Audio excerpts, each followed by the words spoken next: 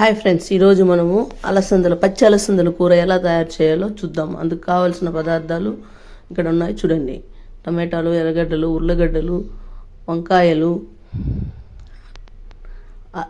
పచ్చ అలసందలు, తెల్లగడ్డలు, టెంకాయ తురుము.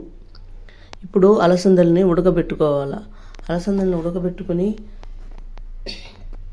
ఆ అలసందలు తాలింపు పెట్టుకుంటాము.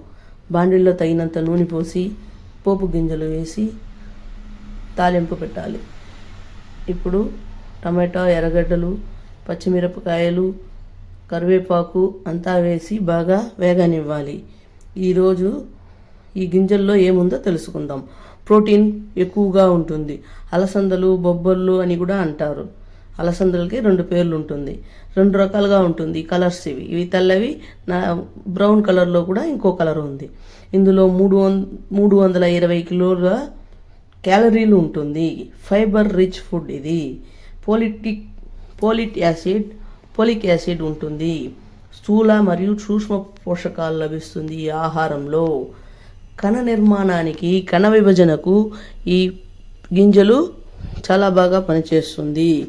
కడుపులో ఇవి తిన్నాక ఎక్కువసేపు ఆకలి లేకుండా ఉంటుంది. కాబట్టి గబగబని పోయి ఏదో ఒక చిరుతిళ్ళు తింటాము అనే ఆలోచన అంతా మనం పెట్టుకోవాల్సిన అవసరం లేదు. ఇది పొట్టను కరిగిస్తుంది. కాబట్టి డైట్ ఫుడ్ అనే చెప్పొచ్చు. ఇవి తిన్నాక ఎక్కువసేపు మనకి మళ్ళా తినాలనే ఫీలింగ్ రాదు. చెడు కొలెస్ట్రాల్ను ఇది తగ్గిస్తుంది. షుగర్ కంట్రోల్లో ఉంటుంది.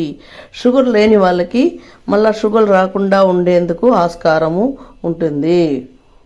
ఈ ఆహారాన్ని ఎక్కువగా మనము తీసుకోలేము.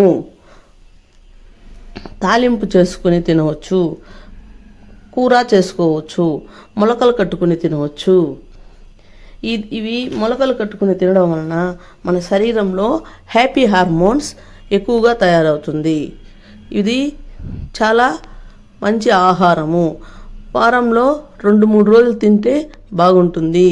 ఇప్పుడు అన్ని తాలింపులంతా వేసాము. బాగా వేగింది. అలసందలు ఉడకబెట్టుకున్నాం కదా, అది తీసి దాంట్లో వేసి ఒక కలుపు కలిపి కావలసినంత మిరపపొడి వేసి ఆ మిరపపొడిని బాగా ఫ్రై చేయాలి. అప్పుడు పచ్చి వాసన కొంచెం పోతుంది. ఇప్పుడు నీళ్లు పోసి ఉడకనిస్తాము. అలసందలు ఉడికే వాసన చాలా బాగా తెలుస్తూ ఉంది. కొద్దిగా పులుపు వేస్తాము. పులుపు వేయకపోయినా పర్వాలా, లేదు కాయలు వేసాము కాబట్టి పులుపు వేయడం చాలా అవసరము. టెంకాయని సోంపు కొద్దిగా వేయించి టెంకాయలో మిక్సీ పట్టుకుంటే ఆ పేస్ట్ వేస్తే బాగుంటుంది. దీన్ని సంగటిలో కలుపుకొని తినవచ్చు, అన్నంలోకి వేసుకోవచ్చు, చపాతీకి వేసుకోవచ్చు. చాలా బాగా